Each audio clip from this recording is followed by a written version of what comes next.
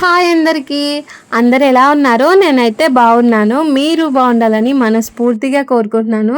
ఇది Sunday vlog. Sunday అంటే అందరికీ హాలిడేనే కదా! కానీ ఇంట్లో ఉండే ఆడవాళ్ళకి మాత్రం సండే కూడా ఒక వర్కింగ్ డేనే. అందరూ అనుకుంటారు మండే నుంచి సాటర్డే వరకు బిజీగా ఉన్న సండే రోజు రెస్ట్ తీసుకోవచ్చు. ఆ రోజు పిల్లలకి స్కూల్ ఉండదు, ఇంట్లో వాళ్ళకి ఆఫీస్ ఉండదు అని చెప్పేసి రకరకాలుగా అనుకుంటాం కదా! నిజంగా చెప్పాలంటే వాళ్ళకి మాత్రమే హాలిడే, మనకైతే కాదు. నేను కూడా అనుకుంటాను రేపు సండేనే కదా అని చెప్పేసి రాత్రి పడుకునే ముందు అన్ని పనులు కొంచెం లేట్‌గా లేవాలి. రేపు సండేనే కదా! అంత హడావిడి చేయాల్సిన అవసరమే ఉండదు అనిపిస్తది. కానీ పొద్దుగాల లేచిన తర్వాత అర్థమవుతది. ఏంటి అంటే, అరే ఎందుకురా నేను ఇంత లేట్ లేసినా, పొద్దుగాలనే లేసుకొని ఈ పనులన్నీ చేసుకుంటే రోజులాగానే అయిపోయేది కదా! ఈరోజు సండే అనుకుంటే ఇంకింత లేట్ అయిందని చెప్పేసి నాకు నేనే బాధపడతాను. గట్లనే నిన్న నైట్ పడుకునే ముందు రేపు సండేనే కదా తీరికగా లేద్దామని చెప్పేసి ఈరోజు పొద్దుగాల 7 గంటలకైతే లేచిన. లేచే ముందు ఒక్కసారి నాకున్న పనిని ఇమాజిన్ చేసుకున్నాను. ఇక ఎట్లా అంటే పొద్దుగాల 7 గంటలకు స్టార్ట్ అయిన పని నైట్ 9:30కి కంప్లీట్ అయింది. ఇక ముందు లేవగానే ఫస్ట్ కెమెరా ఆన్ చేశాను. కిచెన్లోకి అయితే ఇంకా వెళ్ళలేదు. ఫస్ట్ వాషింగ్ మిషన్లో బట్టలు అయితే వేసిన. నిన్న సాటర్డే రోజు కూడా వర్షం వచ్చింది, మబ్బులు పడ్డాయి. మళ్ళీ బట్టలు ఉతికితే నేను పొద్దున్న దాకా బయట ఆరేసినా కూడా మళ్ళీ నైట్ కాగానే ఈ ఫ్యాన్ కింద వేయాలి. అందుకే ఇంకా నేను బట్టలు అయితే ఉతకలేదు. రేపు ఎట్లాగో సండేనే కదా తీరికగా చేసుకుందామని చెప్పిన కదా, మంచిగా ఉతుక్కోవచ్చులే అనుకున్నాను. పొద్దున లేవగానే వాషింగ్ మిషన్ ముందు అన్నన్ని బట్టలు ఉండేసరికి ఈ బట్టలు అన్నీ ఎట్లు ఉతకాలి, ఏడారేయాలి అనే టెన్షనే అయింది. ఇక ఫస్ట్ ఏం చేసిన అంటే కొన్ని బట్టలు వాషింగ్ మిషన్లో వేసిన, చేతితో ఉతికే బట్టలు అన్నీ పక్కకు అయితే తీసిన. ఆ బట్టలు ఉతికే లోపుగా ఇల్లు అయితే ఊడుద్దామని చెప్పేసి బెడ్రూమ్ అంతా సదురుకుంటూ వచ్చి ఇల్లు ఊకిన. నిన్న నైట్ అయితే అదో పని ఇదో పని ఉండేసరికి మా సార్ తీసుకొచ్చిన కూరగాయలు అయితే సదురుకోలేదు. ఇక ఏం కూరగాయలు గవే బీరకాయలు, వంకాయలు, ఒకటేమో క్యాబేజీ తెచ్చిండు, ఉల్లిగడ్డ, పచ్చిమిర్చి, ఆలుగడ్డ ఇవే. ఇక అవైతే ఫ్రిడ్జ్లో సదిరేసుకున్నాను. ఇక ఈడనేమో చెప్పుల స్టాండ్. ఈ చెప్పుల స్టాండ్ అయితే ఎంతో ఆశపడి తీసుకున్నాను, కానీ ఇప్పుడు అర్థమవుతుంది దీన్ని అనవసరంగా తీసుకున్నానని. ఎందుకంటే ఇప్పుడు 4-5 రోజులకి ఆ పైపులు అన్నీ ఊడిపోతూనే ఉన్నాయి. ఈ పైపులు ఏంటంటే కొంచెం ఎక్కువ లెంత్ అయితే ఎక్కువ రాలేదు, అదే పొడవు ఎక్కువ రాలేదు. అయితే ఇట్లా మనం చెప్పులు పెడతాం కదా, సడన్గా పెట్టినా కూడా ఇటు సైడ్ నుంచో ఊడడం, అటు సైడ్ నుంచి ఊడడం ఇట్లా అయితేనే ఉంటుంది. నేనైతే 4-5 డేస్కి ఒకసారి ఈ స్టాండ్ని అయితే సెట్ చేస్తాను. ఇక పొద్దుగాల కూడా ఆ స్టాండ్ పక్కకు తీసేసి అదంతా ఊడ్చేసి ఇక మంచిగా స్టాండ్ పెట్టి చెప్పులు అయితే పెట్టి ఇల్లంతా ఊకొచ్చాను. ఎట్లా అంటే ఒక్క దగ్గర కూడా చిన్న దుమ్ము లేకుండా అంతా ఊకేసాను. ఈరోజు నాకు ఇల్లు ఊకేసరికి 1.5 గంట టైం పట్టింది. ఇల్లు అంటే ఇల్లు ఒకటే కాదు, బయట కూడా ఆకులన్నీ ఊడ్చేసాను. ఇక ఇల్లు అయితే ఊడ్చేసాను. బట్టలు కూడా వాషింగ్ మిషన్లో ఉతుకుతున్నాను కదా, బయట కూడా ఊడ్చేసాను. ఇక వంట చేయాలి. నాకైతే ఒక 10 రోజుల నుంచి వంట చేయాలంటే చాలా చిరాకు వస్తుంది. ఇంతకుముందుకేమో మంచిగా హ్యాపీగా అనిపించేది వంట చేస్తుంటే, కానీ ఇప్పుడేమో వండిన కూరలే మళ్ళీ మళ్ళీ మళ్ళీ మళ్ళీ వండేసరికి పెద్ద విసుగు వచ్చేస్తుంది. అస్సలే అన్నం తినాలనిపిస్తలేదు. అందుకే నాకు ప్రతిరోజు పప్పుతోనే తినాలనిపిస్తుంది. ఇక మళ్ళీ బీరకాయలు ఉన్నాయి. నిన్న సాటర్డే వీడియో అయితే రికార్డ్ చేయలేదని చెప్పినా కదా, నిన్న బీరకాయ రోటి పచ్చడి నూరిన, దీంతోనే ఇవే బీరకాయలు యూజ్ చేసి మళ్ళీ ఇప్పుడు కూర ఏం వండాలో కూడా తెలుస్తలేదు, తల బాదుకోవాల్సి వస్తుంది. బెండకాయ, దొండకాయ, బీరకాయ, ఆలుగడ్డ, టమాటా, లేదు అంటే ఆనంకాయ, ఇవే తిని తిని విసుకొచ్చేస్తుంది. ఈరోజు నాకు అన్నం కూడా తినాలనిపిస్తలేదు. మళ్ళీ అదే బీరకాయ వండుతున్నా కాబట్టి. మా సారు పిల్లలైతే నేను పొద్దుగాల బట్టలేసి ఇల్లు ఊక్కొని బయట ఊక్కొని వచ్చేసరికి వాళ్ళైతే ఫ్రెష్ అప్ అయిపోయినరు. ఇంకా వాళ్ళు రాసుకుంటుండ్రు. ఇక నేనేమో బీరకాయలు కోయమని మా సార్కి అయితే ఇచ్చిన. ఈరోజు సండే కదా, కొంచెం పొద్దున్నే వాళ్ళైతే ఫ్రెష్ అప్ అయినరు. అన్నం అయితే ఇంకా అవ్వలేదు కదా, అందుకే నేను చదువుకోమని అయితే చెప్పినాను. నేను మా సారు కంపల్సరీగా పిల్లల్ని అయితే రోజు చదివిస్తుంటాము. మా సార్ ఏం చదివిపియడు, రోజు నేనే చదివిపిస్తాను. అయితే ఈరోజు పిల్లలకి మ్యాథ్స్ ఎంతవరకు వచ్చు అని చెప్పి మా సార్ చెక్ చేస్తాని అంటే ఇంకా వాళ్ళైతే అడుగు కూర్చొని వాళ్ళ పప్పు ఏదో మ్యాథ్స్ చెప్తుంటే వాళ్ళైతే చేస్తూ ఉన్నారు. కనేకి ఏంటి అంటే before, after, between, less than, greater than ఇవి. తర్వాత నెంబర్స్ ఇన్ వర్డ్స్, మళ్ళీ అడిషన్స్ ఉంటాయి. ఇంకా విషయమ్మ సెకండ్ క్లాస్ కాబట్టి తనకి వేరే వేరే వర్డ్ ప్రాబ్లమ్స్ ఇవన్నీ ఉంటాయి. రోజు నా డేలో 2.5 hours నుంచి 3 వరకు అయితే నేను నా పిల్లలతోనే స్పెండ్ చేస్తాను చదువులో. మీరు అనుకోవచ్చు అంత చిన్న పిల్లలకి రోజు చదివించడం అవసరమా అని. కానీ నాకేమనిపిస్తుంది అంటే పిల్లల్లో బేసిక్ అనేది చాలా స్ట్రాంగ్గా ఉండాలి. అప్పుడే పిల్లలకి చదువు అంటే భయం ఉండదు, వాళ్ళకి కూడా అన్నీ వస్తాయి. ఇప్పుడు నా చిన్నప్పట్లో ఏంటి అంటే నేను గవర్నమెంట్ స్కూళ్ళలోనే చదువుకున్నా. డైరెక్ట్ ఫస్ట్ క్లాస్లోకి పోయి కూర్చున్నా. అప్పుడు టీచర్స్ ఏం చెప్పినరో ఏమో కానీ నాకు అంతో కొంత చదవడం అయితే వస్తుంది. ఇప్పుడు నా ఫ్రెండ్స్కి కొంతమంది ఏమో నా ఫ్రెండ్స్లలో ఎక్కువ చదువుతారు, కొంతమంది ఏమో యావరేజ్ చదువుతారు, కొంతమందికి బుక్ తెరిస్తే అక్షరం ముక్క చదవడం కూడా రాదు. అది అప్ టు 10th క్లాస్ వరకు కూడా. ఎట్లా అంటే చిన్నప్పుడు మనకు ఏం చెప్తారో ఏమవుతుందో మనం ఏం విన్నదో అవన్నీ మనకు తెలియదు. కానీ అప్పుడు మనకైతే మన పేరెంట్స్ సపోర్ట్ లేదు అనే విషయాన్ని నేను ఖచ్చితంగా చెప్తాను. మనమే తయారయ్యేది, మనమే స్కూల్కి పోయేది, ఏమన్నా పరీక్షలు ఉంటే చదివేది, లేకపోతే వచ్చినాక బుక్కులు కూడా తీయకపోయేది. అట్లా మన బేసిక్ అనేది స్ట్రాంగ్గా లేదు. నేను స్కూల్లో చదువుతున్నప్పుడు మాకు తెలుగు సార్ అయితే రోజు మాకు తెలుగు అయితే చదివించేవాళ్ళు. ఇట్లా పద్యాలు ఉంటాయి కదా, ఆ పద్యాలన్నీ ఒక్కొక్కరిని లేపి చదివించేవాళ్ళు.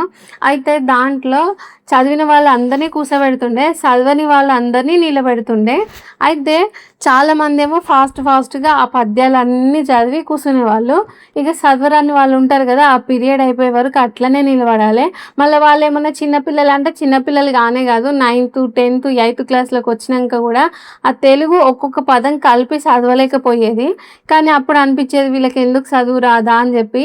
కానీ వాళ్ళ తప్పు కాదు, మనకు బేసిక్ నుంచి మనం వాళ్ళ మీద గుణింతాల మీద ఇంట్రెస్ట్ పెట్టక, లేకపోతే మనం చదవక మనకు బేసిక్ అనేది అర్థం కాలేదు. ఇప్పుడు నా వరకు వస్తే నాకు మ్యాథ్స్ అంటే చాలా భయము. నాకు మ్యాథ్స్లో అడిషన్స్, సబ్స్ట్రాక్షన్స్, మల్టిప్లికేషన్స్ ఇవి వస్తాయి. కానీ ఈ డివిజన్స్ వచ్చేసరికి నాకు చాలా భయం అయ్యేది. క్లాస్లో ఉన్నప్పుడు నాకు మ్యాథ్స్ అంటేనే భయం ఉండేది, డివిజన్స్ అస్సలు రాకపోయేది. మొన్నటి దాకా కూడా నాకు డివిజన్సే రాకపోయేది. మొన్న విషుకి ఫస్ట్ క్లాస్ వచ్చిన తర్వాత నేనే చదివిస్తున్నాను కాబట్టి నాకు డివిజన్స్ రావాలని చెప్పేసి నేను యూట్యూబ్ ఓపెన్ చేసి చూసి నేర్చుకున్నాను. అయితే ఇప్పుడు నాకు తెలివి ఉంది కాబట్టి, నాకు యూట్యూబ్ హెల్ప్ అయింది కాబట్టి నేను డైరెక్ట్గా నేర్చుకోగలిగాను. అది ఎప్పుడు చిన్నప్పుడు 1-2 క్లాసులో నేర్చుకోవాల్సిన డివిజను నా పెళ్ళై నాకు పిల్లలు పుట్టినాక వాళ్ళకి అవసరం ఉందని చెప్పేసి నేను నేర్చుకున్నాను.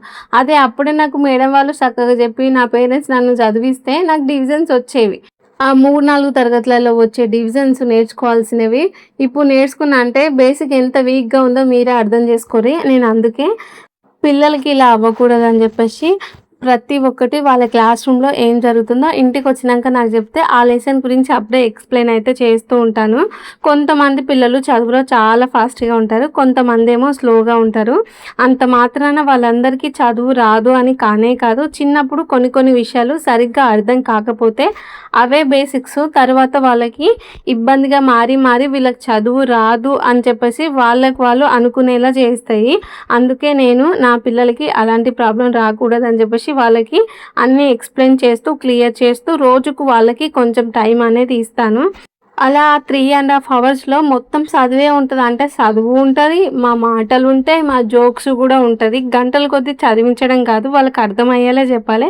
దాంట్లో వాళ్ళకి నచ్చిన టైం కొద్దిసేపు చదువుకుంటారు, కొద్దిసేపు నవ్వుకుంటూ మాట్లాడి వాళ్ళతో కూర్చొని కొంచెం చదువుకునే టైంని మనం స్పెండ్ చేస్తే వాళ్ళకి ప్రతి ఒక్కటి అర్థమవుతుంది. ఇది నేను చేయగలను అని కాన్ఫిడెన్స్ కూడా వస్తుంది. పిల్లల చదువులో మనం చూపించే ఈ చిన్న శ్రద్ధ వాళ్ళకి బంగారు భవిష్యత్తునైతే ఇస్తుంది. అందుకే పేరెంట్స్గా మనం పిల్లల్ని ఇంకొకరితో పోల్చకుండా వాళ్ళకి బేసిక్స్ అన్నీ చెప్తూ ఎంతవరకు క్లియర్గా చదివించాలో అంతవరకు అన్నీ చూసుకుంటే చాలు. ప్రతి పిల్లవాడికి తనకంటూ ఒక వేగం ఉంటుంది. మనం చేయాల్సిందల్లా వాళ్ళకి సరైన దారి చూపించడమే అని చెప్పేసి నాకు అనిపిస్తుంది. అందుకే నేను నా పిల్లలకైతే ఖచ్చితంగా చదువు విషయంలో కొంచెం టైం అయితే ఇస్తాను.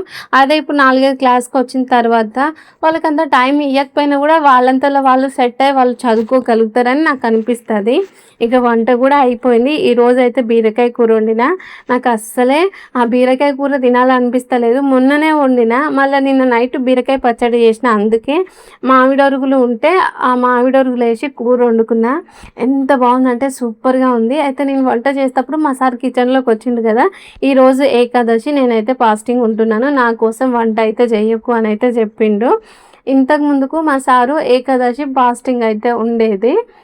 అయితే నెలలో ఒకసారి ఏకాదశి వస్తుందిగా, అప్పుడు అయితే మొన్న ఒక 6 మంత్స్కి కొంచెం హెల్త్ ఇష్యూస్ రావడం వల్ల బంద్ చేసిండు. మళ్ళీ ఇప్పుడు హెల్త్ సెట్ అయింది, నేను ఫాస్టింగ్ ఉంటా అని చెప్పేసి అంటుండు. ఇక నేను అదే చెప్తున్నాను, అనవసరంగా ఫాస్టింగ్ ఉండి లేనిపోని ఇబ్బందులు తెచ్చుకోకని అయితే చెప్తున్నాను. కానీ మా సార్ అస్సలే వింటలేడు. నేను ఏమంటున్నా అంటే పొద్దున్న నుంచి ఆఫ్టర్నూన్ వరకు, లేదంటే 4 o'clock వరకు ఫాస్టింగ్ ఉండు, ఆ తర్వాత ఒక గ్లాస్ పాలన్నా ఫ్రూట్స్ అన్నా తిను అంటే మా సార్ లేదు లేదు నేను డే మొత్తం ఫాస్టింగ్ ఉంటా అని అంటుండు. అయితే నిన్న సండే కదా, నేను మండే రోజు మార్నింగ్ 9:30కి వాయిస్ అయితే చెప్తున్నాను. నిన్న మొత్తం ఫాస్టింగ్ ఉండు. ఇక ఆయన గురించి రేపటి బ్లాగ్లో అయితే నేను చెప్తాను. ఇక మజ్జిగ తాగుతుంది.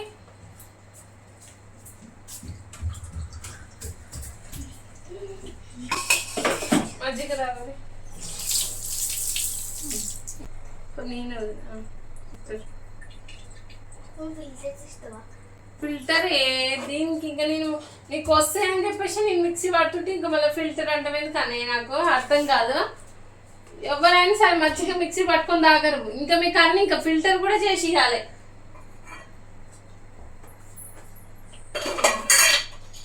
మీతోనే సరిపోతుంది నాకు మొత్తం. తినాలి, పెట్టాలి, వండాలి, గిదే. ఇక పొద్దు నుంచి నేనేమో రెస్ట్ తీసుకున్నానా,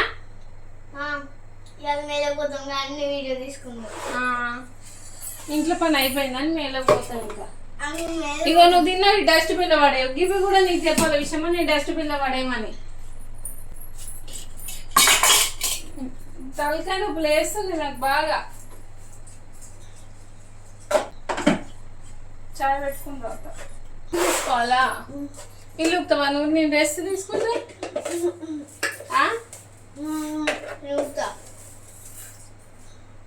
మీరు చూసిన ల్యాప్టాప్ తీయాలి కానీ మంచి మించాలి. మీరంటే నా పనులు చేస్తారంట.